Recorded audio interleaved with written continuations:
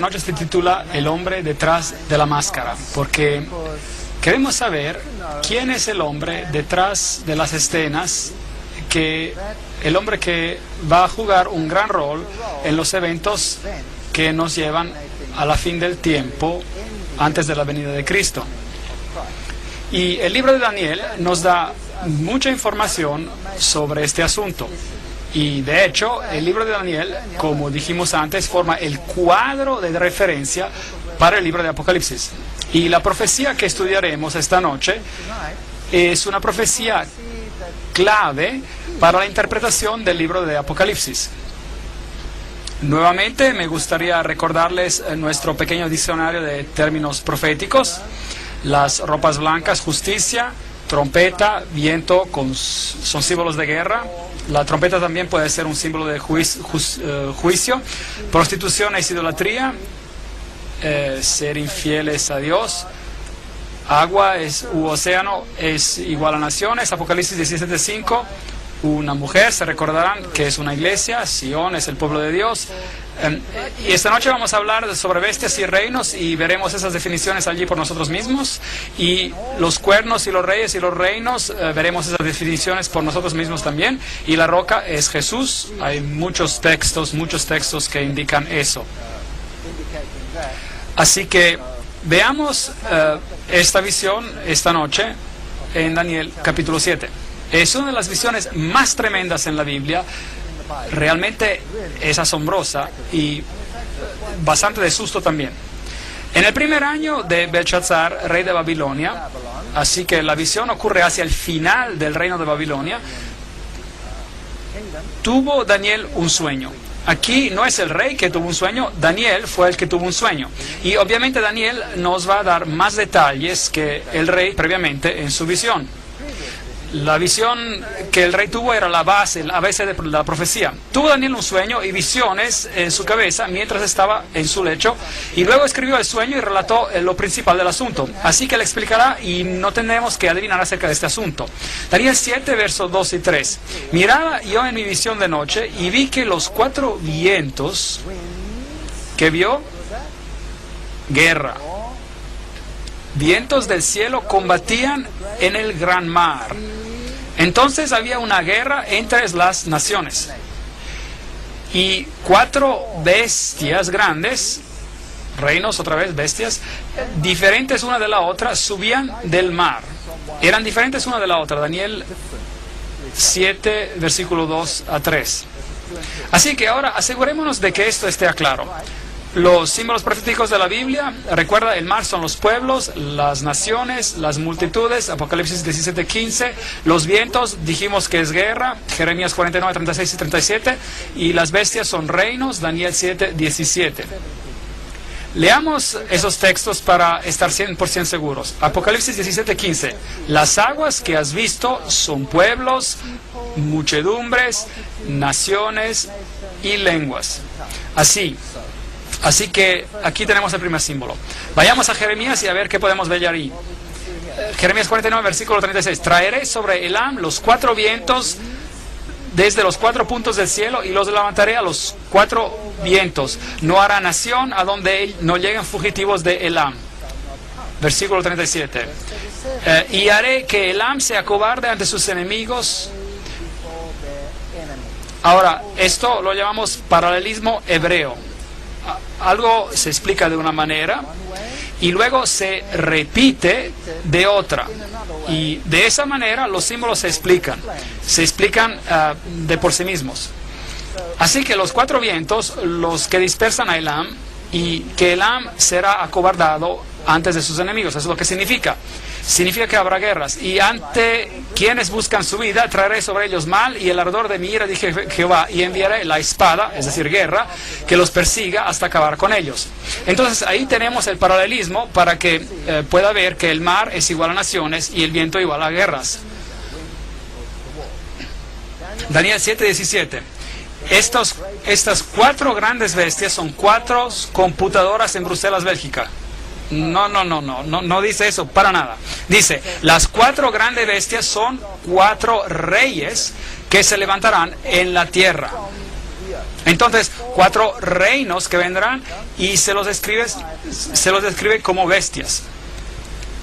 7:23, la cuarta bestia será un cuarto reino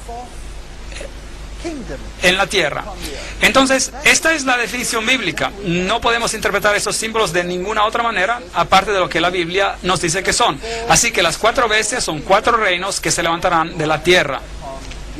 Y ahora podemos mirar a los reinos y a ver a dónde vamos. La primera bestia era como un león y tenía alas de águila. Yo estaba mirando hasta que sus alas le fueron arrancadas, fue levantada del suelo y se puso enhiesta sobre sus pies a manera de hombre y se le dio corazón de hombre. Daniel 7:4. Ahora, el primer reino que tuvimos en Daniel capítulo 2, la cabeza de oro, Daniel lo identificó como ¿qué? Como Babilonia. La primera bestia que vemos aquí es el león con alas de águila, que de hecho era el símbolo, uno de los símbolos de Babilonia. Y lo que es fascinante aquí es que a esta bestia se le hizo que se parara de pie como un hombre y con corazón de hombre le fue dado. Esto es un sistema, un reino que exalta lo humano sobre lo divino. Esta es la apostasía máxima contra Dios, poniendo el hombre en el lugar donde Dios debería que estar. Y veremos, mientras continuemos en estas series de conferencias, que los eventos finales también culminan con este mismo asunto. El hombre siendo puesto donde lo divino tendría que estar.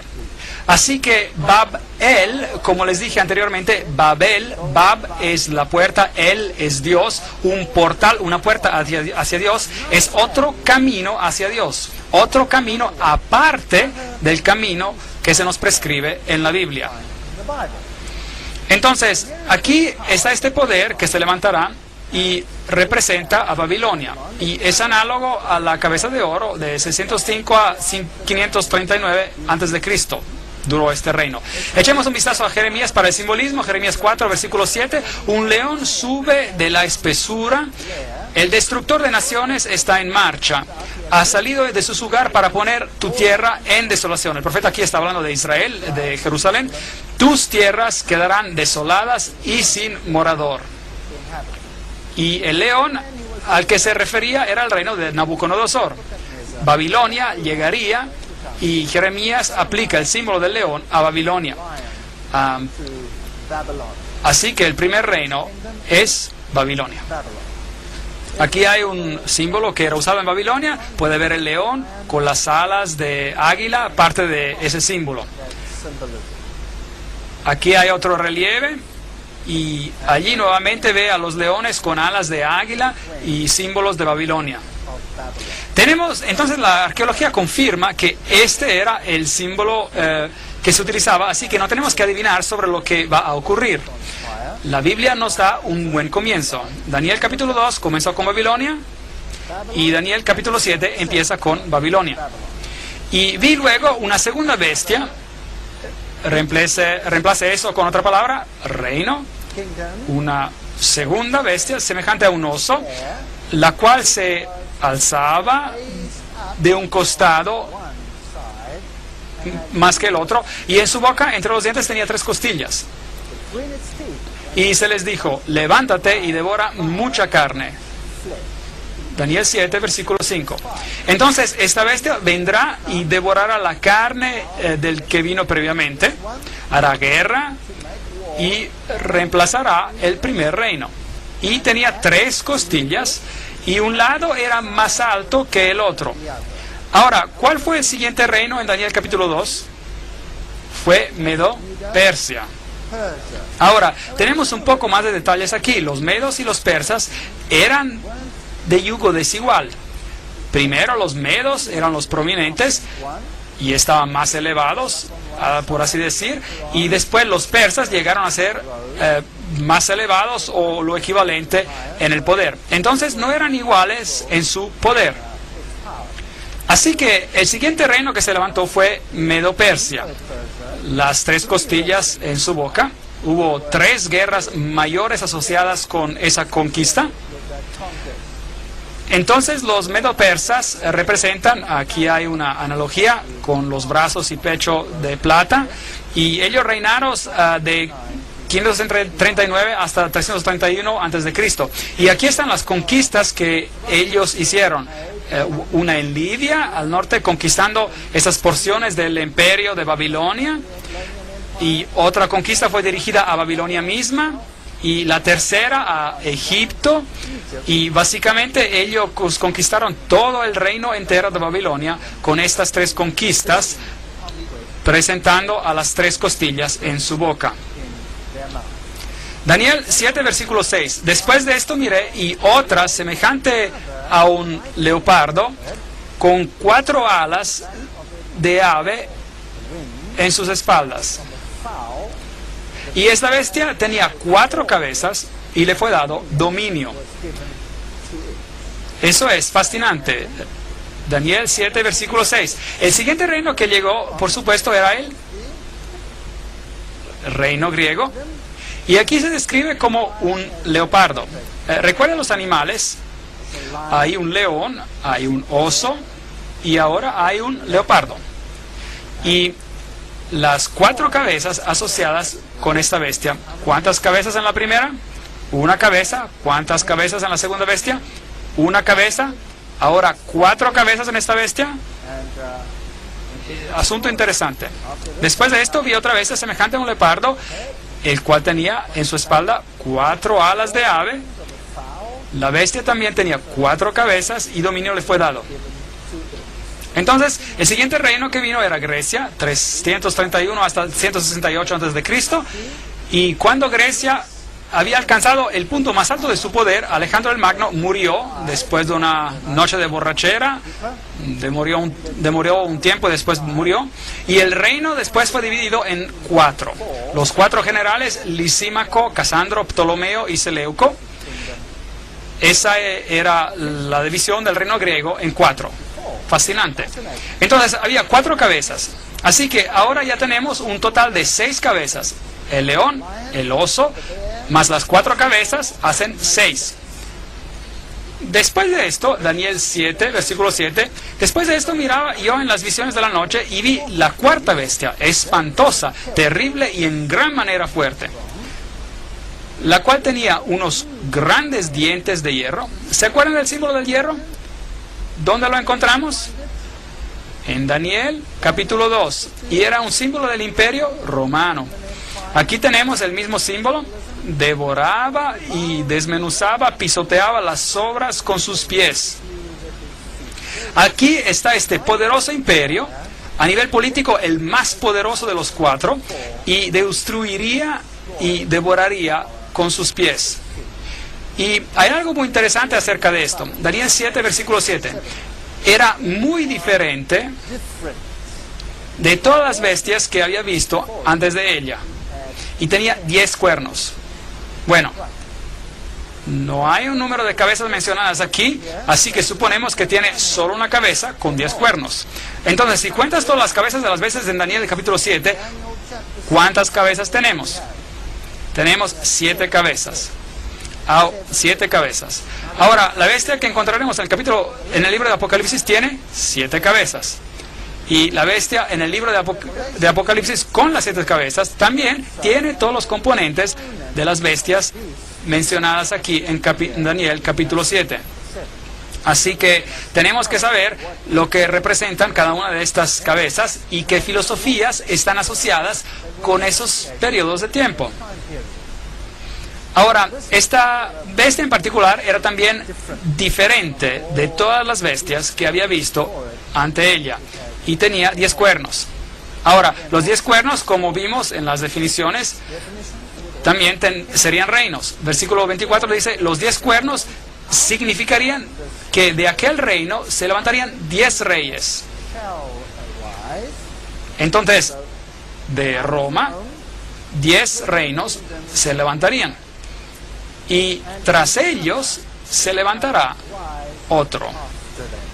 Entonces, después de que los 10 se levantaron, después de que Roma se dividió en 10, otro reino se levantaría, el cual será diferente de los primeros y derribará a 3 reyes. Bueno, esto es fascinante. Así que la cuarta bestia se divide en 10, pero todavía permanece básicamente la misma bestia que se divide en 10. Y de esta bestia, de entre la división de los 10, viene otro poder. Y él es el que añade el aspecto diferente. ¿Está claro? Es lo que el texto dice. Él, el cual será diferente de los primeros. Entonces Roma será diferente de las otras a causa de ese cuerno o reino. ¿Y por cuánto tiempo reinará? Hasta que los últimos días lleguen y el juicio sea dado a los santos. Eso es mucho, mucho tiempo. Entonces Roma reinó desde el 168 a.C. hasta el 476 después de Cristo. Y se dividirá en 10. ¿Y cuántos dedos había en la profecía anterior? 10 dedos. Y aquí encontramos los 10 nuevamente. Dividido en 10. Otro se levantará después de ellos. Y él será diferente. Y el sistema duraría ¿por cuánto tiempo? Hasta la llegada del anciano de días. Increíble, por mucho, mucho tiempo. Estamos hablando aquí de un tiempo muy, muy largo. Roma reinó desde el 168 a.C. hasta el 476 después de Cristo y luego fue dividida. Entonces tenemos exactamente la misma secuencia. Tenemos el león representando la cabeza de oro. Luego tenemos el oso representando los brazos y pecho de plata. Tenemos este leopardo con 4 cabezas representando la cadera de bronce.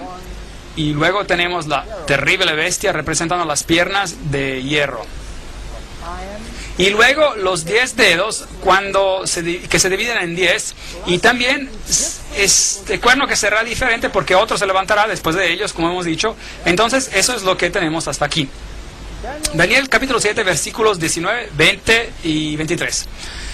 Entonces tuve el deseo de saber la verdad acerca de la cuarta bestia, que era diferente de todas las otras. Espantosa en gran manera, que tenía dientes de hierro y unas uñas de bronce. Así que había un elemento de bronce en la cuarta bestia. El bronce es un componente muy importante. De hecho, el imperio griego fue básicamente incorporado por Roma. La filosofía griega estaba a la base del imperio romano. Y de hecho, cuando Roma se dividió en 2 piernas, una era el imperio bizantino y la otra era el imperio de Occidente, y el imperio era gobernado por Constantinopla, y fue allí donde la filosofía abundaba, la filosofía griega. La filosofía griega era la filosofía de esos tiempos. Entonces, allí está el elemento de bronce, uñas de bronce, y que agarraban. Y más tarde, es interesante saber que encontraremos estas uñas otra vez. Y devoraba y desmenuzaba y pisoteaba las obras con sus pies. Daniel quería saber acerca de esta cuarta bestia terrible. La cuarta bestia, se nos dice en el versículo 23, será un cuarto reino en la tierra, el cual será diferente de todos los otros reinos, y a toda la tierra devorará. ¿Cuánto de la tierra? Toda la tierra. Trillará y despedazará. Ahora, tomó Roma en su forma original, ¿tomó toda la tierra? ¿Sí o no? No. ¿Y qué hay de China, Japón, y las Filipinas o Australia, o Suráfrica, o los Estados Unidos, o Suramérica? ¿Y qué hay acerca de esas áreas? ¿Gobernó Roma sobre esas áreas, sí o no? Obviamente que no. Pero acuérdese de que la profecía no dice que Roma se acaba como reino. La profecía dice que Roma se dividió en 10 y que otro reino se levantará después de estos 10 y que reinará ¿hasta cuándo? Hasta los últimos días. Hasta que el anciano de días viene. Hasta que viene el anciano de días. Así que la profecía todavía puede ser cumplida en ese contexto. ¿Tiene sentido? Ok, muy interesante esto. Entonces aquí tenemos a este poderoso imperio romano. Y eso es lo que la Biblia dice, habría estos reinos. Y los 10 cuernos se levantarían, 10 reinos que representan a los 10 dedos. Desde el año 476 hasta la segunda venida de Cristo, estos poderes de alguna manera continuarían. Y el pequeño cuerno después de él se levantaría más tarde. El reino sería el elemento diferente en la bestia. Y él reinaría hasta que el anciano de días llegara. Versículo 2, Daniel capítulo 2, versículo 44. ¿Se recuerda que hablamos acerca de los 10 dedos, que son el equivalente de los 10 cuernos? En los días de estos reyes, el Dios del cielo levantará un reino que no será jamás destruido, ni será el reino dejado a otro pueblo. Desmenuzará y consumirá a todos estos reinos, pero él permanecerá para siempre. Así que tenemos un paralelo perfecto entre Daniel capítulo 2 y Daniel capítulo 7. Ahora, Daniel se preguntaba acerca de esto. Y en el versículo 8 dice, mientras yo contemplaba los cuernos, entonces él está mirando a lo largo de la historia, está mirando a donde Roma se divide en 10 componentes y está mirando a estos 10 reinos que se levantan del imperio de Roma y otro pequeño cuerno. De hecho, el texto dice literalmente un cuerno que crece de lo pequeño. Es decir, era muy pequeño y luego creció grande y más grande. Salió de entre ellos. ¿De dónde sale? De entre ellos. Bueno, así que este pequeño cuerno sale de entre los 10. Es muy importante, porque este pequeño cuerno es el hombre de la máscara, detrás de la máscara. Y este pequeño cuerno sale en medio de entre de los 10. Entonces los 10 reinos están ya allí y luego él sale de entre de ellos. Entonces, ¿qué clase de poder es este? Tiene que ser un poder europeo, porque los 10 cuernos salieron del imperio occidental de Roma. Así, tendremos que buscar este pequeño cuerno, por ejemplo, en Medio Oriente, ¿sí o no? No. ¿Podemos buscar por este pequeño cuerno en los Estados Unidos de Norteamérica, por ejemplo? No. ¿Dónde vamos a tener que buscarlo? Allí de donde supuestamente tiene que levantarse. Él tiene que levantarse de entre los 10. Él crece, se levanta de entre los 10. Y los 10 están todos allí cuando él se levanta. Note, y delante de él fueron arrancados 3 cuernos de los primeros. Entonces, a causa de este poder, 3 cuernos tuvieron que ser removidos. ¿Tiene sentido? Vamos a sacar 3. ¿Y quién los está arrancando? ¿O como consecuencia de quién serán removidos? De este poder. Esto es muy importante que acertemos todo esto de manera muy exacta, porque no queremos cometer un error. Este cuerno tenía ojos como de hombre y una boca que hablaba con gran insolencia. ¿Dónde encontramos este simbolismo antes? Este simbolismo sobre el hombre. ¿En Babilonia? ¿Se acuerdan? ¿Lo encontramos en Babilonia? Aquí está el mismo simbolismo. En este poder, donde el hombre una vez más se elevará más arriba del Altísimo y tomará el lugar del Altísimo. Este es otro Babel, otro portal del cielo o al cielo. El hombre exaltándose más allá de lo divino, con palabras ostentosas, hablando contra Dios. Bueno, ahora vamos a tener algo de historia.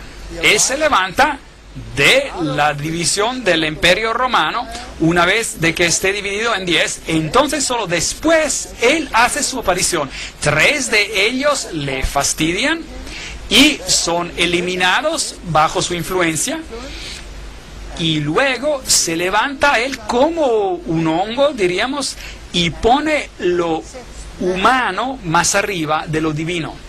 Eso es lo que dice. Eso es lo que dice el texto. Los 10 cuernos significan que de aquel reino se levantarán 10 reyes y tras ellos se levantará otro. Aquí está. Una pregunta. ¿Se levanta del remanente del Imperio Romano o del remanente del Imperio griego? Del Imperio Romano. Imperio Romano. No se olvide de esto. La piedra también golpeó a los pies y golpeó ¿a qué imperio? El Imperio Romano o griego. El Imperio Romano.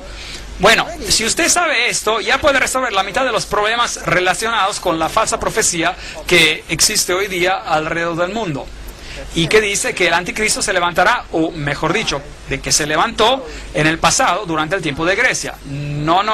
La Biblia no dice eso. La Biblia dice que él se levanta ¿cuándo? Cuando una vez de que Roma es dividida en sus componentes. Eso es lo que la Biblia dice. Y gobierna hasta que el anciano de días llega. ¿Ya está entre nosotros este poder? Bueno, debería de estar aquí, seguro. Él debe estar ya aquí. ¿Y las personas están esperando por él? Seguro. ¿Pero para qué? No deberíamos estar esperando, deberíamos ser capaces de decir, allí está. Eso es muy interesante. Y acá dice, y él será diferente de todos los otros. Entonces, el aspecto diferente de la cuarta bestia es causado ¿por quién? Por él mismo. ¿Y por qué diferente? Y él es responsable por remover los 3 reinos. Bueno, ¿usted se acuerda de los reinos, los anglosajones, los francos, los alamanes, los lombardos, los ostrogodos, los éroles, los burgundios, los visigodos, los suevos, los vándalos? Ellos eran los 10. Pero hay algunos reinos en terrible oposición a este poder. Número 1, los érulos, 493 después de Cristo. Mira dónde reinaban. Ahora este pueblo tenía una filosofía muy interesante. Y esta filosofía se diferenciaba sustancialmente de las filosofías de este poder representado por el pequeño cuerno. Ahora, desafortunadamente, no tenemos los documentos históricos acerca de lo que los érulos creían. Tampoco tenemos ningún documento histórico acerca de lo que creían los ostrogodos. Tenemos un poco acerca de lo que creían los vándalos, pero ninguna documentación sobre sus religiones. ¿Por qué no? Porque ha sido toda destruida. Así que solamente tenemos información de segunda mano.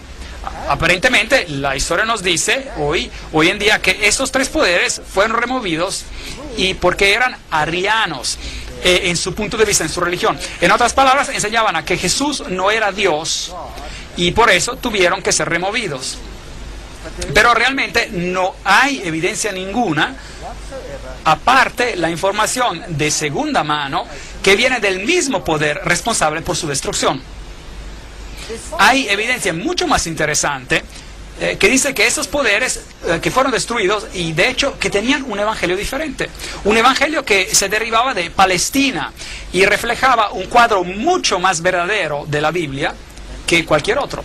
Entonces, ¿será a lo mejor posible que ellos tenían un cristianismo derivado directamente de la causa original, de la fuente original, y por eso tuvieron que ser removidos?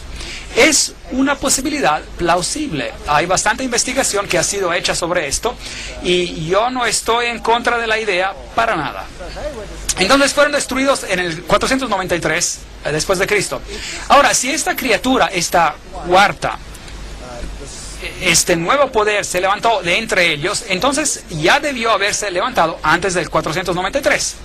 Los siguientes a ser eliminados fueron los vándalos en el 534 después de Cristo. Ellos afligían el Imperio Romano y sometieron a grandes partes de la religión cultural del mundo bizantino y romano. Y la sometieron ferozmente. Y finalmente los vándalos fueron también destruidos por los ejércitos del Imperio del Este. Y luego vinieron los ostrogodos, fueron los últimos. Los ostrogodos gobernaron hasta el año 538 después de Cristo y ocuparon primero esta área y más tarde ocuparon y controlaron toda la capital de Roma antigua y sus alrededores. Y los ostrogodos también tuvieron un evangelio derivado, como dijimos, de la antigua Palestina.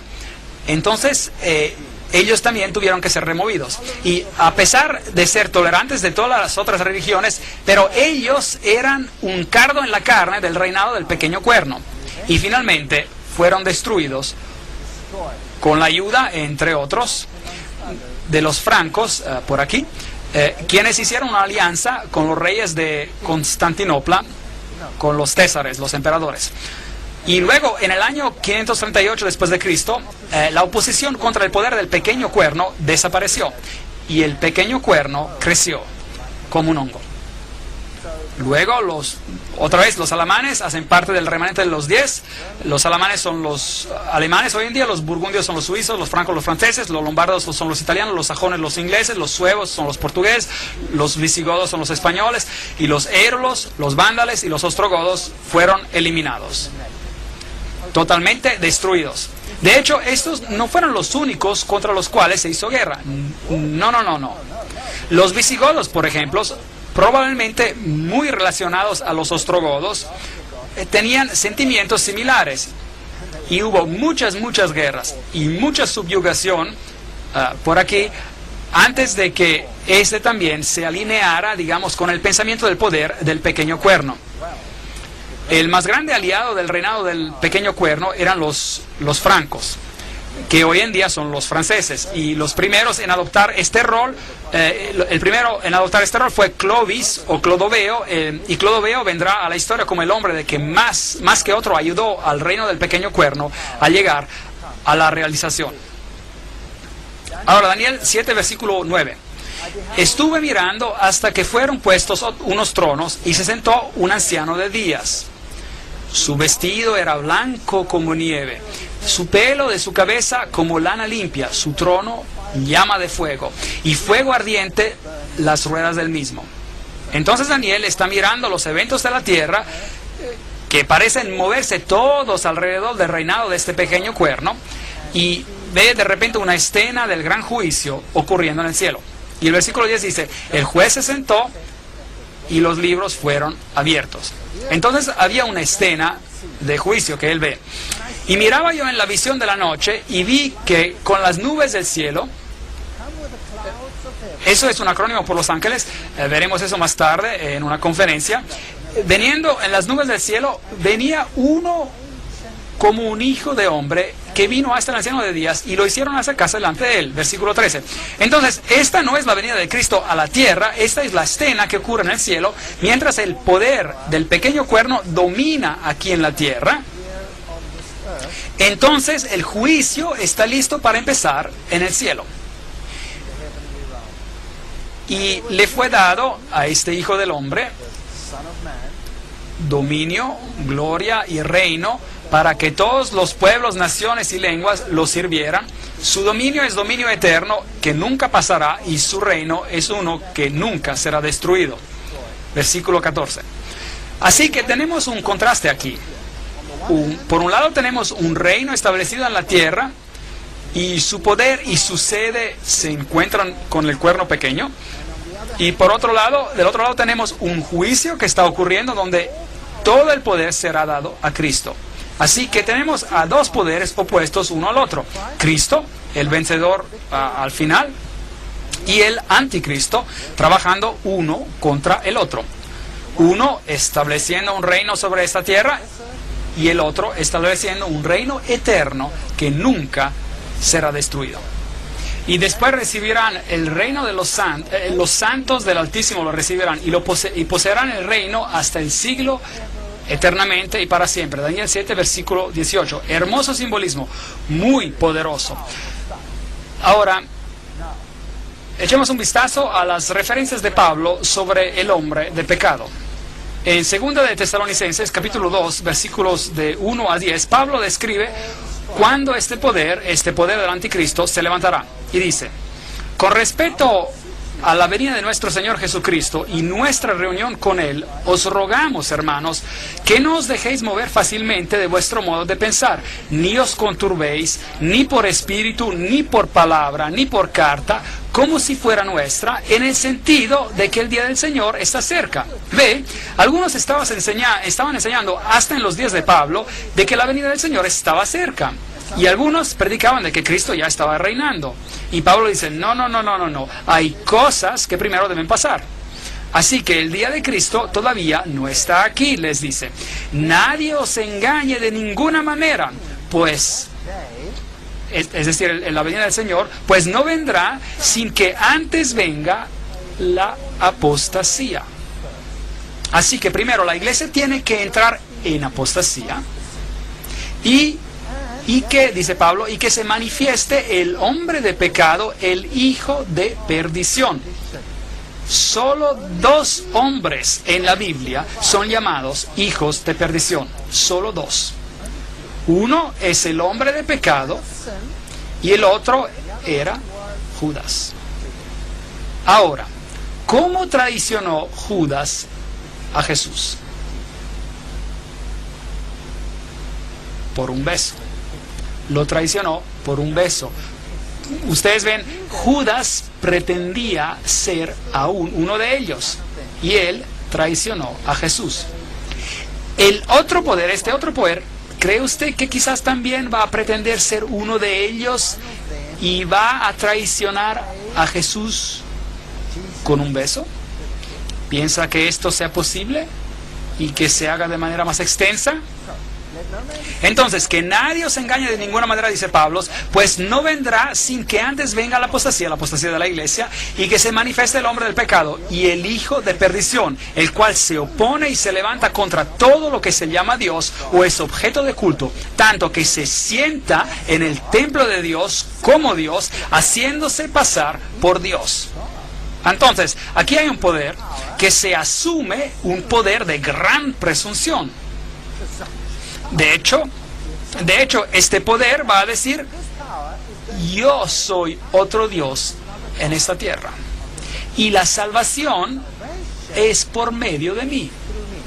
Pero este poder va a ser un poder sutil, que funciona como funcionó Judas, exactamente como lo hizo Judas. Y este es el espíritu del anticristo, el cual vosotros habéis oído que viene, y que ahora ya está en el mundo. Primera de Juan 4, versículo 3. Entonces, pensemos en este momento. Si el espíritu del anticristo ya estaba en el mundo en los tiempos de Juan, y si Pablo nos dice, vendrá una apostasía y luego este hombre de pecado será manifestado, entonces este hombre de pecado ha estado entre nosotros desde esos tiempos. Así que ya vimos que no pudo haber salido del imperio griego, porque sale del cuarto imperio, y tampoco puede venir en algún tiempo futuro de una tribu de Palestina. ¿Correcto? ¿Están de acuerdo conmigo? Bueno, si esto es correcto, entonces todo el cristianismo debe estar equivocado sobre este asunto. Porque la mitad del cristianismo enseña que el anticristo vino en el pasado, y su nombre era Antíoco Epifanes, el cuarto, y él era un rey griego. No, la Biblia dice que sale de la cuarta bestia, de hecho después de la decadencia de la cuarta bestia y su división en 10. Y la otra mitad del cristianismo enseña de que el anticristo vendrá en el futuro, después del rapto secreto. Aquí hay un problema, porque entonces este poder no tiene nada que ver con la historia cristiana. Pero aquí se nos dice que ya estaba en el mundo, actuando de manera secreta en la iglesia cristiana primitiva. Así que ninguna de esas dos posiciones puede ser correcta. Pablo continúa, ¿no os acordáis de que cuando yo estaba todavía con vosotros os decía esto? Y ahora vosotros sabéis lo que lo detiene, a fin de que a su debido tiempo se manifieste. Entonces, algo está deteniendo este poder para que se levante, algo está deteniendo este poder. ya está en acción el ministerio de la iniquidad. Así que este poder, este misterioso poder de iniquidad ya estaba actuando en el mundo en los tiempos de Pablo. Es lo que dice acá el texto. Así que no es un poder futuro que solo vendrá en los tiempos finales. No. Ha estado aquí todo el tiempo. Solo que hay quien al presente lo detiene, hasta que él a su vez se ha quitado de en medio. O leamos la versión castellana que dice, como también os hablé de un poder que le impide manifestarse y que no se lo permitirá mientras no llegue el momento oportuno. Entonces, había un poder deteniendo el pequeño cuerno para que no se manifestara. Y Pablo les había dicho quién ese poder era. Recuerden que les dije estas cosas, pero Pablo no lo menciona aquí en la carta. Y entonces se manifestará aquel impío a quien el Señor matará con el espíritu de su boca y destruirá con el resplandor de su venida. Entonces este poder está revelado cuando lo que lo detiene se ha quitado de en el medio, o el poder que lo detiene se ha quitado de en medio, y este poder será destruido por la segunda venida de Cristo. El advenimiento de este impío, que es obra de Satanás, irá acompañado de hechos poderosos, señales y falsos milagros. Una historia muy interesante. Y con todo engaño de iniquidad para que los que se pierden, por cuanto no recibieron el amor de la verdad para ser salvos. Es posible de que este sistema engañará al mundo en aceptar una forma de evangelio que está basada en valores humanos y no en valores divinos. Y en criterios humanos y no en criterios divinos. ¿Es posible? Aquí tenemos un punto en el cual Pablo, y leemos en el Romanismo y la Reforma por Gratian, en que Pablo afirma la existencia del conocimiento en la iglesia cristiana. La iglesia primitiva sabía, él dice, cuál era el poder que detenía. La iglesia primitiva nos dice que sabía acerca de ese tema, y nadie en estos días puede estar en posición a contradecir el testimonio de lo que Pablo, por palabra de su boca, dijo a los tesalonicenses. Es un punto sobre el cual solo la tradición antigua tiene autoridad. Especulación moderna está totalmente fuera de lugar en este asunto. Hoy las personas están diciendo, bueno, ¿qué pudo haberlo detenido? Quizás el Espíritu Santo deteniéndolo. ¿Por qué lo detendría el Espíritu Santo? Había un poder deteniéndolo, y cuando ese poder es removido, el anticristo se levanta y él permanece hasta que el Señor venga. Entonces, ¿qué sabían los padres de la iglesia? Pues, ¿qué les dijo Pablo verbalmente? ¿Qué les dijo que pero no le escribió? Bueno, vamos a ver a los padres de la iglesia primitiva. Tertuliano, en la Resurrección, apologista cristiano del 200 a.C., dice: aquel que ahora detiene debe detener hasta que sea quitado de en medio. ¿Qué obstáculo hay sino el Estado romano, y su debilitamiento, siendo disperso en 10 reinos, introducirá al anticristo? Entonces, eso era lo que creían los padres de la iglesia primitiva, que cuando el Estado romano se fuera, el anticristo sería revelado. ¿Eso es bíblico de acuerdo con Daniel capítulo 7? Absolutamente sí. Cuando Roma se divide en 10, cuando el Estado romano desaparece, el anticristo será revelado. Eso es lo que los padres de la iglesia primitiva creían. Aquí hay otro padre, Juan Crisóstomo, homilia a la segunda de Tesalonicenses 2. Él era el obispo de Constantino en 390 y dice: solo hay uno que impide ahora hasta que él sea quitado de en medio. Es decir, cuando el imperio romano sea quitado del medio, entonces él, el anticristo, vendrá. Aquí hay otro, Edward Elliot, que escribe un comentario sobre el Apocalipsis en 1862 y dice: tenemos el testimonio concordante de los primeros padres, desde Ireneo, el discípulo de San Juan, hasta Crisóstomo y Jerónimo, y ellos sobreentendían que ese poder era el poder imperial que gobernaba y residía en Roma. Entonces es algo simple: cuando Roma cae, el anticristo vendrá. Mientras los césares mantuvieron el poder imperial, era imposible que el predicho anticristo se levantara. A la caída de los césares se levantaría.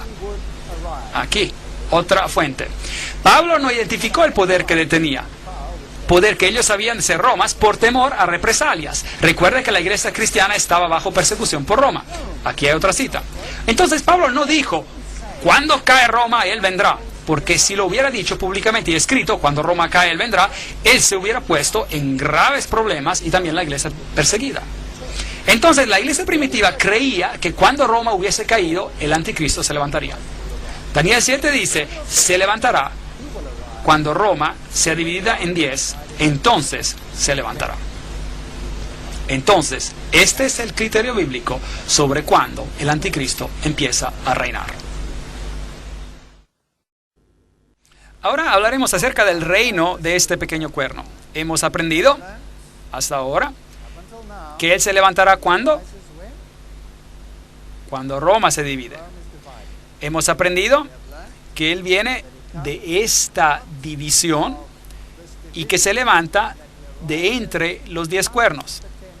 Y hemos aprendido que él será diferente de los otros. Daniel 7, versículo 24. Y este poder se quedará con nosotros hasta que Jesús venga. Esto significa que si se levantó entonces, él debe estar aquí hoy. Echemos un vistazo a los atributos dados por Daniel sobre el reino del pequeño cuerno. Número 1. Él se levanta de la cuarta bestia, Daniel 7, versículos 7 y 8. ¿Todos están de acuerdo con este punto? Él se levanta de Roma. Es de allí de donde se levanta. Es un poder romano. Número 2. Se levanta de entre los 10 cuernos. Mire a los cuernos y aquí vino uno entre ellos, uno pequeño. Entonces, él tiene que levantarse en el oeste del Imperio Romano. Es un poder europeo. No puede ser otro poder en esta tierra. Se levanta después de los 10 cuernos. Entonces, él asume su posición de poder después del 476 después de Cristo. Y tras ellos se levantará otro. Después de ellos, tras ellos, versículo 24. Y es diferente, punto número 4, de los otros cuernos, el cual será diferente de los primeros. Versículo 24. Ese es el cuarto criterio. Aquí hay otro criterio. Él se convierte en el más grande, impresionante que los otros. Este cuerno sería más impresionante que los otros. Versículo 20. Aquí hay un poder que se convierte en más grande que los otros reinos. ¿Y saben qué? No tendría que ser tan difícil ver lo que la Biblia está diciendo. Incómodo, seguro, pero no tan difícil.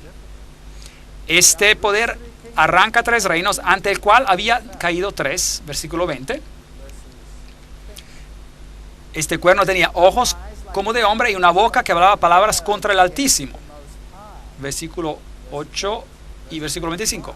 Entonces, se levanta al nivel donde Dios debería que estar. Número 1. Y reemplaza los preceptos divinos con preceptos humanos y planea el camino al cielo por medio del poder del hombre y no por el poder de Dios. Ese es un asunto muy, muy, muy serio. Y habla gran insolencias contra el Altísimo. Veremos esto después. Y luego él hará guerra contra los santos y quebrantará los santos. Versículo 25.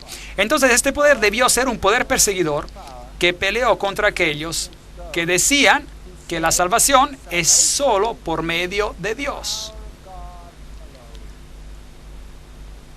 Y luego otro criterio. Él cambiará los tiempos y la ley. Versículo 25. Pensará en cambiar los tiempos y la ley. Es fascinante esto. Y ahora, ¿sobre qué tiempos y qué leyes usted piensa de que Dios se preocuparía? ¿Estaría Dios preocupándose por las leyes humanas de poca importancia? No. Debe ser una modificación de la ley divina.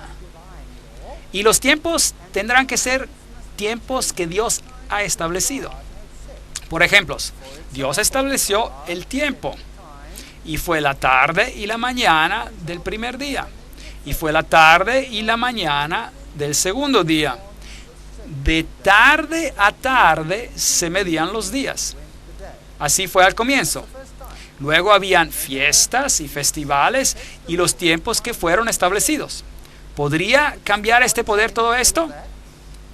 Fascinante. Ese es el criterio número 9, dado en el libro de Daniel. Daniel es muy preciso. Y este poder reinará y serán entregados en sus manos hasta tiempo, tiempos y medio tiempo. Tiempo, tiempos y medio tiempo. 3 años y medio proféticos. Vamos a hablar sobre esto después. Fascinante, versículo 25. Y devorará toda la tierra. La cuarta bestia será diferente y a toda la tierra devorará.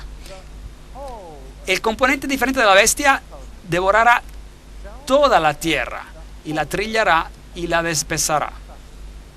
¿Incluye esto a los Estados Unidos de América?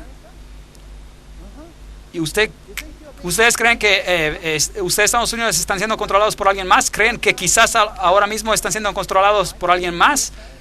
¿La superpotencia de Estados Unidos? ¿O que la potente Rusia? ¿O acerca de cualquier otra nación potente como China? ¿Creen que está siendo controladas por alguien más? Y este poder existe hasta el final, hasta que el anciano de días vino. Versículo 22. Ahora, yo no me estoy inventando esto está escrito en el libro de Daniel. Puede conseguir el libro de Daniel y puede leerlo usted mismo. Y el criterio final: su reino será quitado al final de los tiempos. Pero se levantará el juez y le quitarán su dominio para que sea destruido y arruinado hasta el fin. La Biblia dice que será destruido por el resplandor de la venida del Señor. Así que ningún poder de esta tierra le va a quitar su poder. El Dios mismo va a intervenir. 13 criterios. Hay solo un poder en todo el mundo que cumple con esos criterios a lo largo de la historia y con sus otras calificaciones. Una situación muy lamentable. Ahora, no quiero ofender a nadie esta noche y no quiero lastimar a los sentimientos de nadie. Pero el hecho del asunto es, este poder es tan claramente identificado que yo mismo, que hacía parte de este poder, tuve que renunciar a ese poder y dejarlo. Yo mismo fui afectado. Yo me quedé en un estado de shock, pasmado, cuando encontré esta verdad. Y de hecho me puse físicamente enfermo cuando descubrí esto. Entonces, ¿quién es este poder? Se levanta de la cuarta bestia, se levanta de entre los 10 cuernos, después de los 10 cuernos, es diferente a los otros. Cuando la última ola de las invasiones de los bárbaros agotó su fuerza, la faz de Europa había sido transformada. Reinos germánicos independientes habían sido fundados sobre las ruinas del Imperio Romano. Eso se encuentra en la Historia de la Iglesia, página 175. Sobre las ruinas, desde las ruinas del Imperio Romano gradualmente se levantó una nueva orden de estados que tenían como su punto, su enfoque central, la sede papal. Entonces, inevitablemente, el resultado fue una orden no solo nueva, pero diferente de la anterior. La iglesia y las iglesias, página 42-43. Esta es una fuente católica romana diciendo que se creó una situación diferente de lo que había antes. Hay dos teorías sobre el anticristo en el mundo hoy en día que se enseñan en casi cada iglesia del mundo.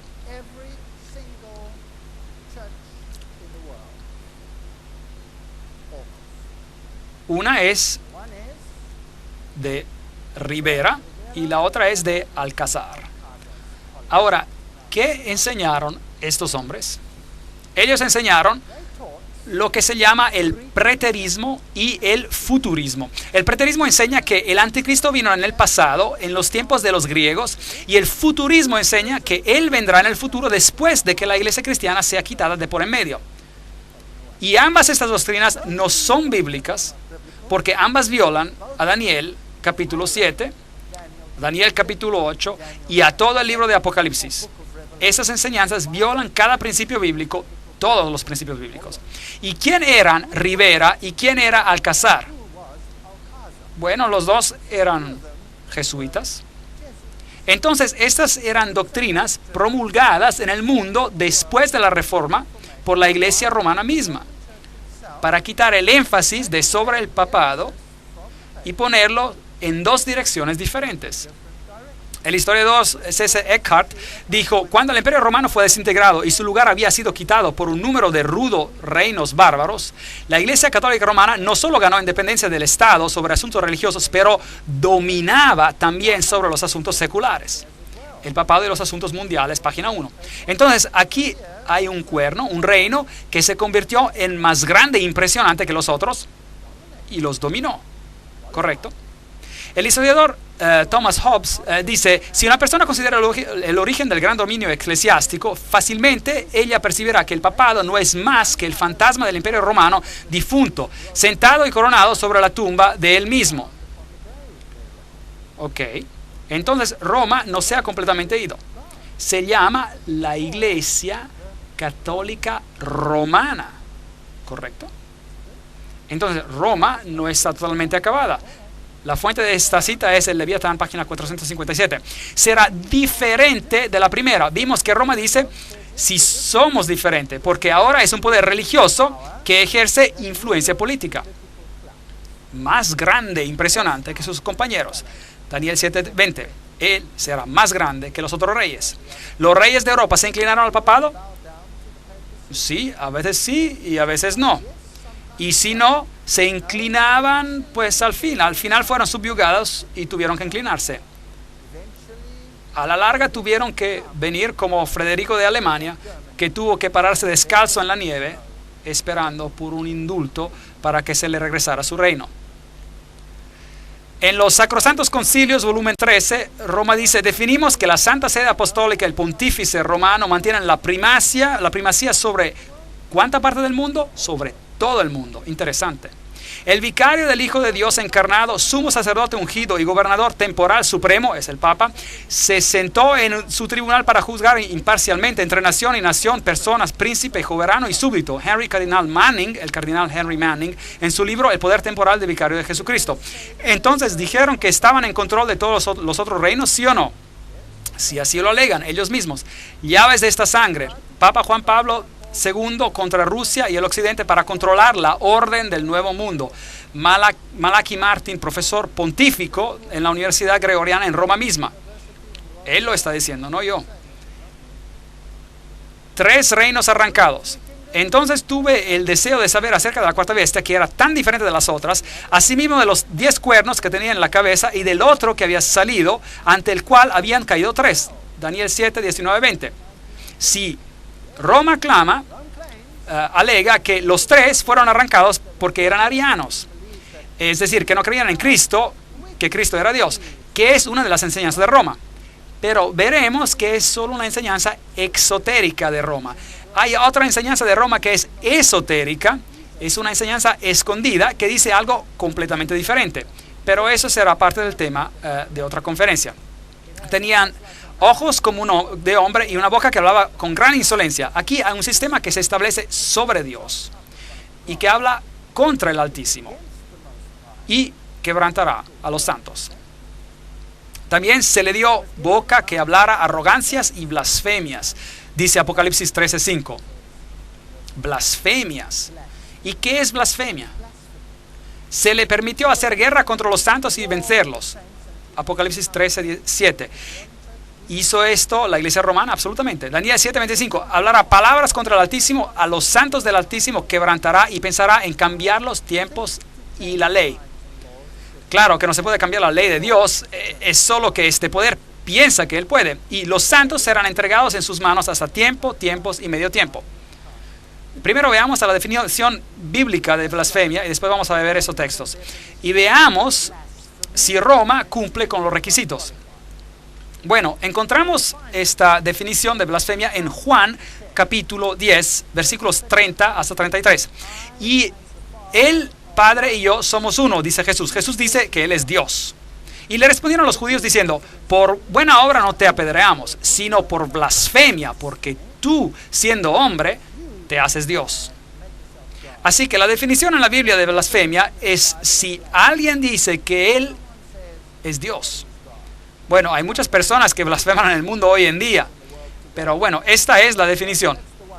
La otra definición que encontramos es en Lucas, donde dice, al ver él la fe de ellos, le dijo, hombre, tus pecados te son perdonados. Es Jesús que habla. Entonces los escribas y los fariseos comenzaron a pensar y diciendo, ¿quién es este hombre que habla blasfemias? ¿Quién puede perdonar pecados sino solo Dios? Así que hay 2 definiciones bíblicas de blasfemia. Una es si dices ser Dios y la otra es si dices que puedes perdonar pecados. Bueno, ¿qué dice Roma? Aquí está la Enciclopedia Católica, volumen 12, artículo sobre el Papa, y dice, esta autoridad judicial hasta incluye el poder para perdonar pecado. Entonces Roma dice que puede perdonar pecados. El sacerdote católico, página 78, dice, busca donde quieras por los cielos y la tierra y encontrarás a un ser creado, uno solo, que puede perdonar el pecado. ¿Quién puede librarlo de las cadenas del infierno? Ese ser extraordinario es el sacerdote católico romano. Interesante. Tú eres un sacerdote eterno, dice el obispo que lo ordena. Él ya no es un hombre, un hijo de Adán pecador, pero un alter Christus, otro Cristo. Eso es interesante. Otro Cristo en el lugar de Jesucristo. En griego es anticristos, es decir, anticristo en el lugar de Cristo. Para siempre un sacerdote del Altísimo, con poder sobre el Altísimo. Esto es serio. Decir que tú tienes más poder de Dios. El Papa no solamente es el representante de Jesucristo, pero él es Jesucristo mismo, ocultado en el velo de la carne. El Nacional Católico, julio de 1895. Así que Roma siempre alegó estar en el lugar de Dios. Dios mismo está obligado a atenerse al juicio de sus sacerdotes y de no perdonar o perdonar, de acuerdo, según si ellos, los sacerdotes, rehúsen o den absolución. La sentencia del sacerdote precede y Dios la suscribe. Dignidades y funciones del sacerdote, volumen 12, páginas 27. Increíble. Así que la Iglesia Católica dice quién está salvo y quién está perdido. Y Dios no tiene elección. Tiene que atenerse al juicio de ellos. Y si ellos dicen no, Dios no puede decir sí.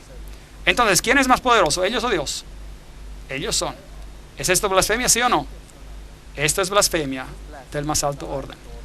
El cardenal Bellarmín dice, todos los nombres que en las Escrituras se aplican a Cristo, por virtud de los cuales está establecido que Él está sobre la Iglesia, todos los mismos nombres son aplicados al Papa.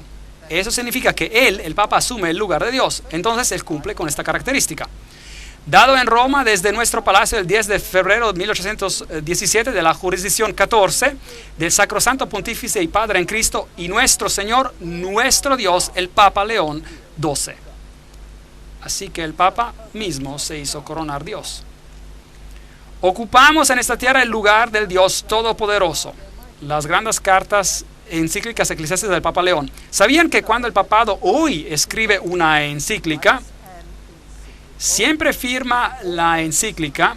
Y de hecho, por ejemplo, el Papa Juan Pablo II, en otras palabras, hacía esto, firman dado por nosotros, letras mayúsculas, en nuestro, letras mayúsculas, pontificio. Interesante, porque Dios dice, hagamos al hombre a nuestra imagen, letras mayúsculas. Así que el papado toma la prerrogativa y hasta estos días, por sus escritos, ellos alegan tener y ser el poder de Dios. Entonces, Roma cumple con este requisito. El Sacrosanto Consejo definimos que la Santa Sede Apostólica y el Pontífice Romano ocupan la primacía sobre todo el mundo. Ahora, este poder finalmente tomaría el control de todo el mundo. ¿Roma realmente controla el mundo? Ridículo. ¿Realmente lo cree? ¿Creen que es posible? Bueno, vamos a tener mañana una conferencia sobre las sociedades secretas. Si yo fuera usted, no me la perdería. Tomás de Aquino escribió, el poder secular, este es el gran filósofo católico que es citado por Juan Pablo II, más que cualquier otro filósofo de la Iglesia Católica Romana, y él escribe, el poder secular está sujeto al poder espiritual, así como el cuerpo está sujeto al alma.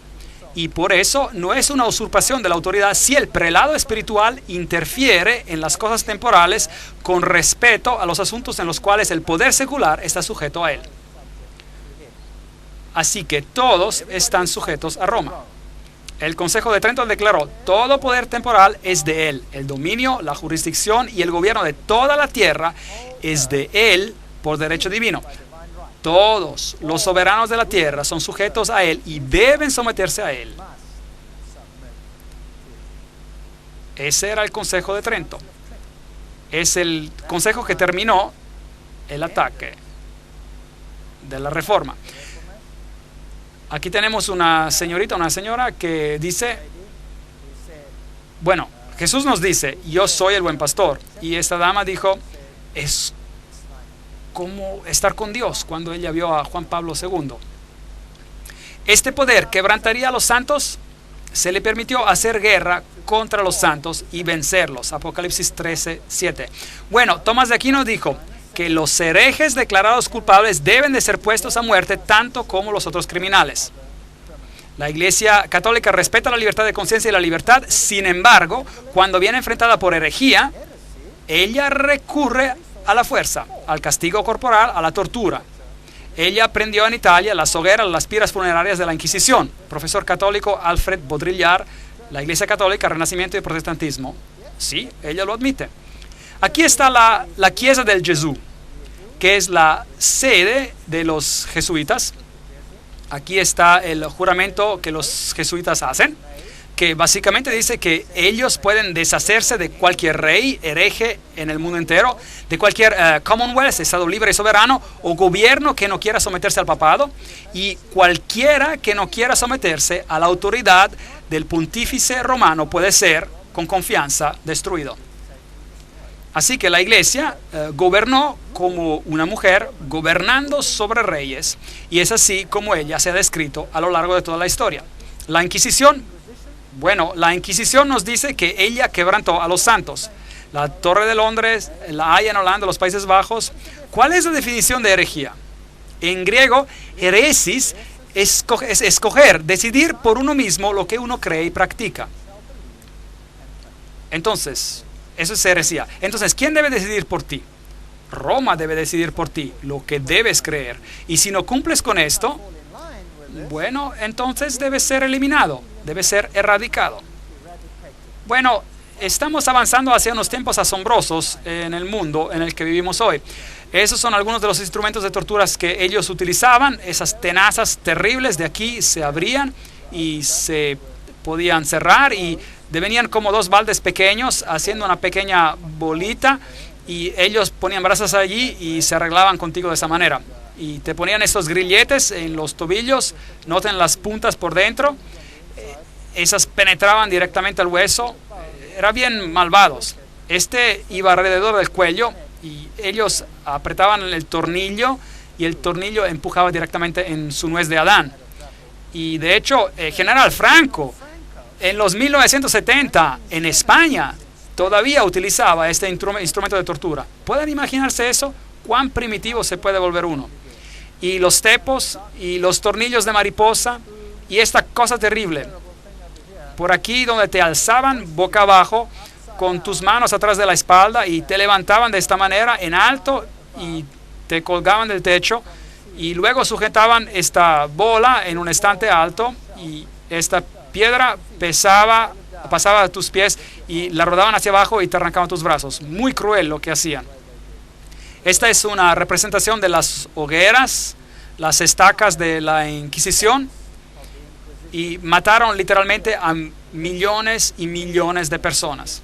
Este es un famoso monumento de los hugonotes en África, donde los franceses hugonotes escaparon, y después de la gran masacre donde los hugonotes fueron masacrados en la matanza de San Bartolomé, y se representaron como una mujer, una iglesia escapando con una Biblia en su mano y las cadenas de Roma arrancadas. Bueno, tengo noticias para ustedes. Esta mujer está nuevamente encadenada, y cada otra mujer en el planeta, hablando de iglesias, está nuevamente encadenada. Cambiará tiempos y leyes. Pensará en cambiar tiempos y la ley. Daniel 7:25.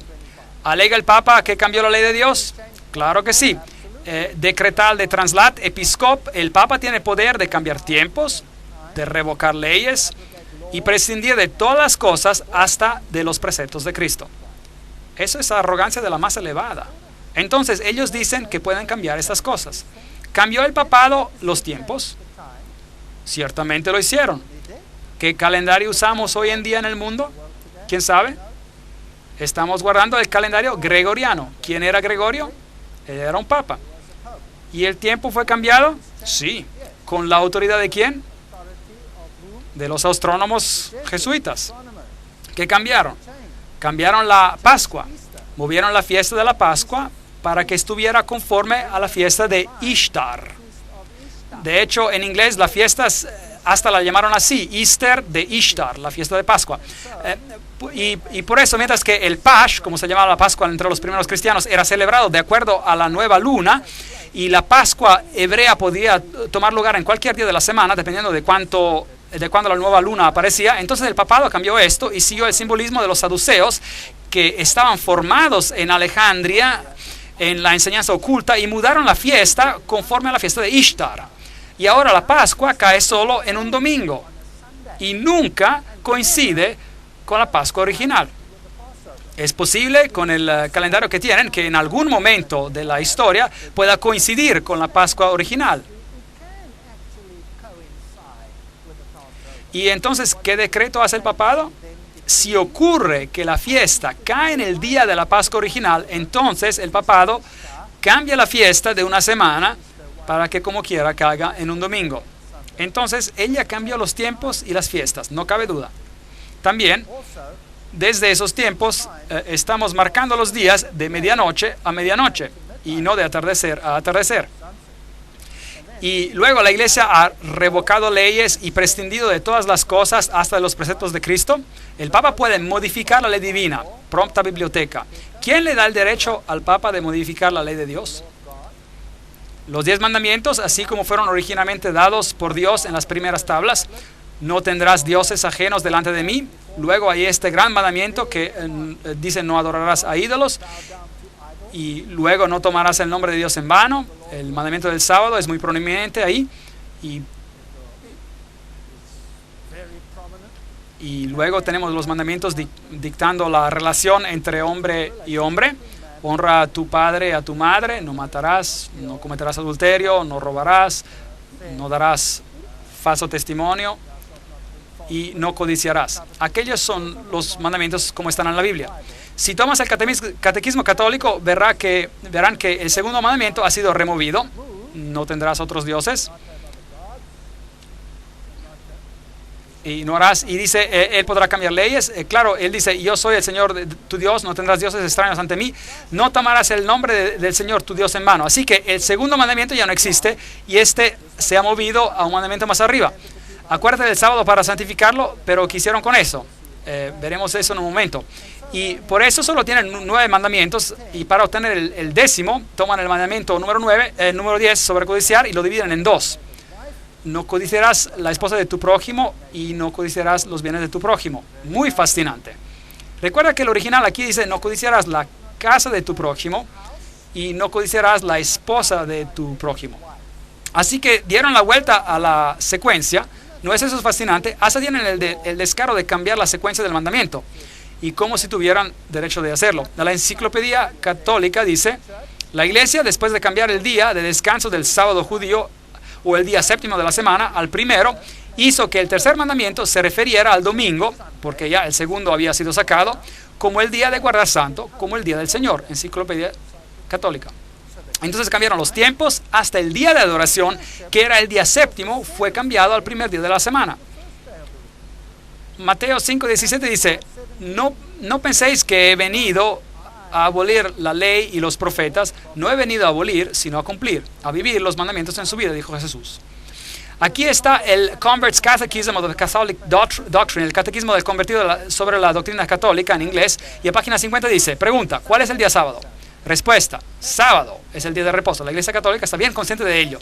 Lo saben. Pregunta: ¿por qué observamos el domingo en vez del sábado? Respuesta: observamos el domingo en vez del sábado porque la Iglesia Católica, en el Consejo de la Odisea, transfirió la solemnidad del sábado al domingo.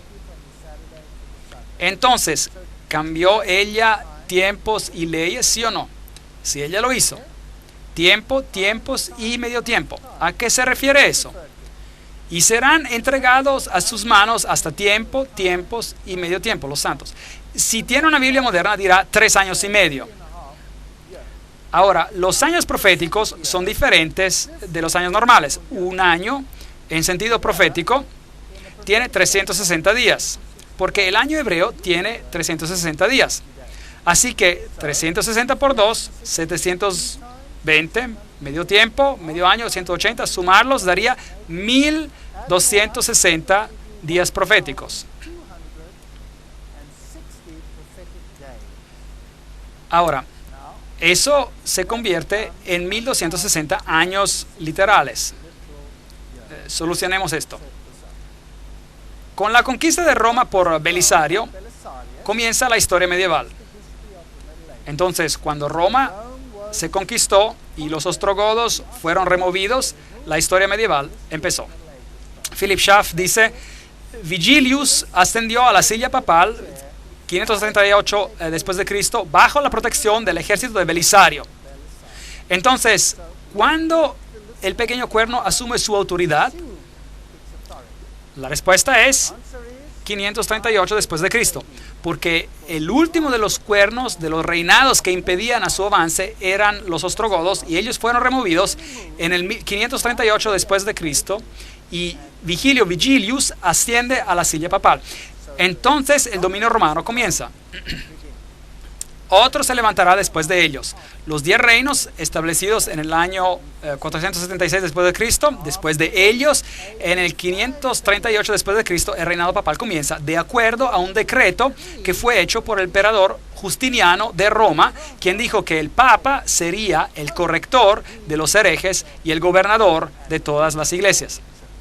Ahora, 538, si usted le añade 1260 años, llega a 1798. 1798. ¿Qué pasó en el año 1798? Berthier entró a Roma el 10 de febrero del 1798 y proclamó una república. Media Europa pensó que el veto de Napoleón sería obedecido y que con el papado y que con este veto, el papado moriría. Así que exactamente de acuerdo con el tiempo profético, y la Biblia nos dice de tomar un día por un año, exactamente de acuerdo a ese tiempo, cuando el reloj profético llegó al año 1798, el poder temporal del papado fue detenido por un tiempo. Entonces la profecía de 1260 años, 476 después de Cristo, los 10 reinos fueron establecidos. 538 después de Cristo, el obispo es oficialmente reconocido como el soberano de todas las iglesias, el obispo de Roma, el papa. 1960 años de tiempo profético nos traen a 1798 y se cumplió. Su dominio se terminó. 1260 años estaban basados sobre 1260 días, que es lo mismo que 3 años y medio proféticos, y que también es lo mismo que 42 meses. 42 por 30, 30 días es el mes bíblico, 42 por 30 es igual también a 1260. Ahora, en Apocalipsis 12, versículo 6 leemos, 1260 días. Esos son los 1260 días. En Apocalipsis 12, 14, un tiempo, tiempos y la mitad de un tiempo. Vea cómo Apocalipsis toma el tema de este poder y lo trae al corazón del Apocalipsis. Aquí están todos mencionados. Daniel 7:25, tiempo, tiempos y medio tiempo, refiriéndose a este poder. Daniel 12:7, por tiempo, tiempos y la mitad de un tiempo. Apocalipsis 11:2, 42 meses. Apocalipsis 11:3, 1260 días. Apocalipsis 12:6, 1260 días. Apocalipsis 12:14, un tiempo, tiempos y la mitad de un tiempo. Apocalipsis 13:5, 42 meses. Todos esos textos se refieren al mismo poder. Noten cómo están. 1, 2, 3, 4, 5, 6, 7. La Biblia es fantástica. Lo que se nos está diciendo es que este poder se establecería a sí mismo como otro Dios, porque 7 es el número de Dios, y asumiría todas estas características. Vi una de sus cabezas como herida a muerte,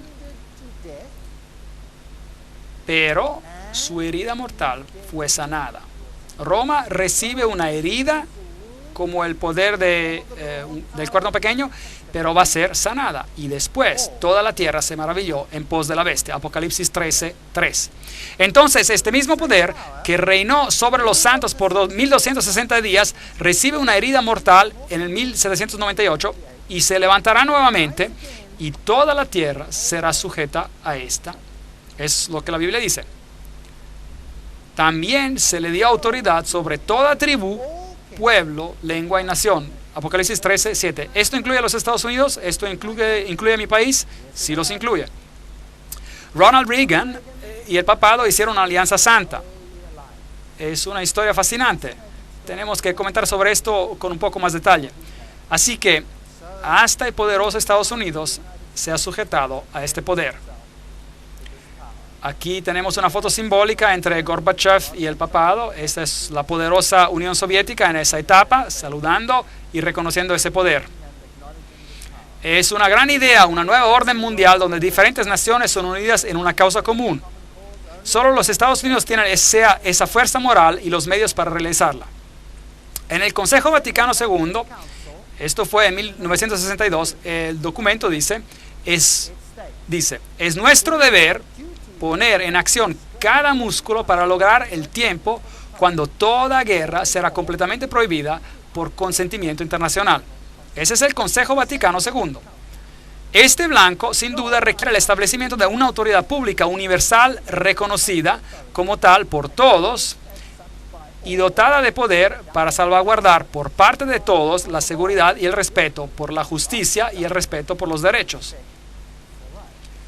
Papa Pablo VI escribió en una sección titulada Hacia la autoridad mundial eficaz, escribió: esta colaboración internacional en una escala mundial requiere instituciones que la preparen, que la coordinen, que la dirijan, hasta que finalmente haya un establecimiento de una orden de justicia que sea reconocida universalmente. ¿Quién no ve la necesidad progresivamente de establecer una autoridad mundial capaz de actuar eficazmente en los sectores judiciales y políticos? Fascinante. ¿Y quién fue coronado soberano sobre todo el mundo? Este mismo hombre. Fascinante. Juan Pablo, superestrella. Maastricht, la Europa unida. ¿Qué tiene el mundo que decir acerca de esto? ¿Por qué tiene el Parlamento de Europa esta construcción? Una construcción muy interesante. Vamos a darles toda una conferencia sobre esta situación interesante en Europa y sobre lo que significa. ¿Qué dijo George W. Bush acerca de este poder?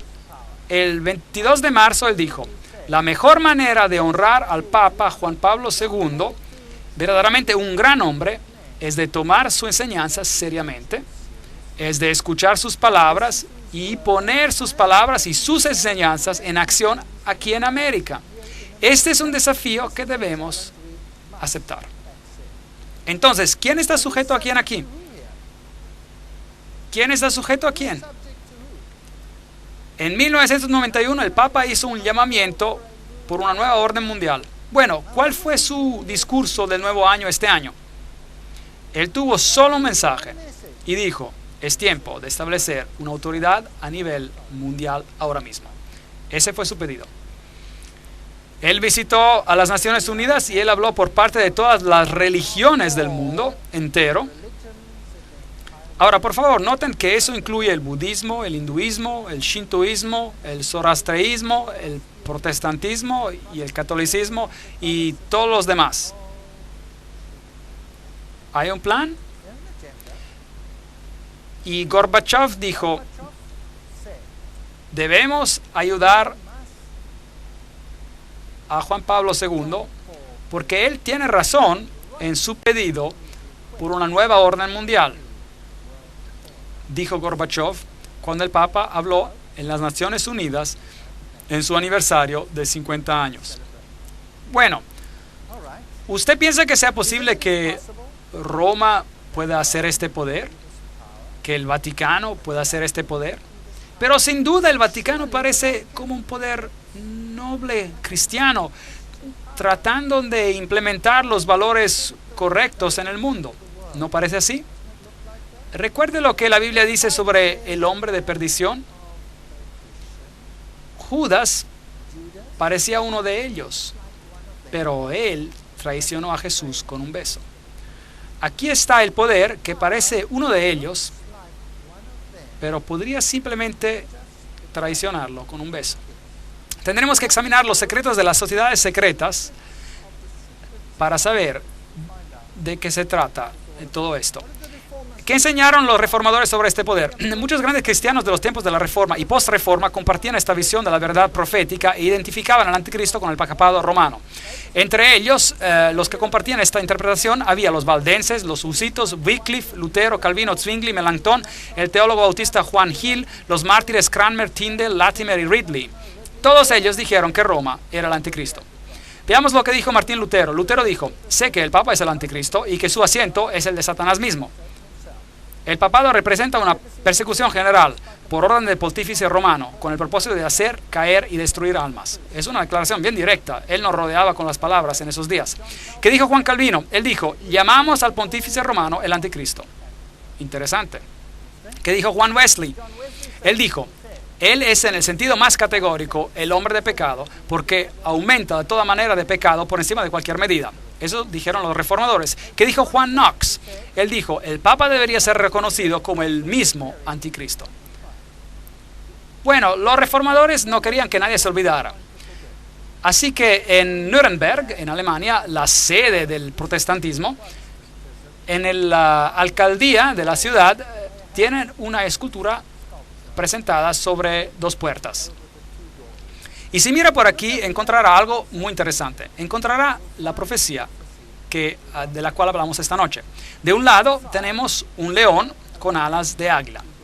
Y tenemos un soberano al lado de él, y se nos dice: ¿quién es él? Es Nabucodonosor. Entonces, ¿quién dijeron los reformadores que era el león con las alas de águila? Babilonia. Si va al otro lado de la puerta, tenemos un oso con 3 costillas en su boca, y pusieron un rey al lado de él. Un rey poderoso para decirnos quiénes creían que representaba. ¿Y quién era este? Esta era Ciro el Grande. Entonces, nos están diciendo que estos eran los medos y los persas. Los reformadores no rodearon palabras, lo pusieron en piedra. Usted puede ir a verlo hoy. Si va al otro lado, verá otra puerta, y es así como se ve. Y vayamos un poco más cerca. Hay un leopardo con 4 cabezas. ¿Y a quién pusieron al lado de él para decirnos quién creían que era ese poder? Alejandro el Magno. Entonces identificaron esta bestia con Grecia. Y al otro lado hay una bestia terrible con 10 cuernos, y tienen un emperador poderoso allí. ¿Y quién es él? Él es Julio César. ¿Y quiénes dijeron que era? Ellos dijeron que era Roma. Y luego por aquí tienen esta pequeña estructura saliendo de entre ellos, y tiene la cara de hombre, y tiene esta pequeña corona extraña. Y no dejaron misterio sobre la identidad de esta bestia. Dijeron que era Roma.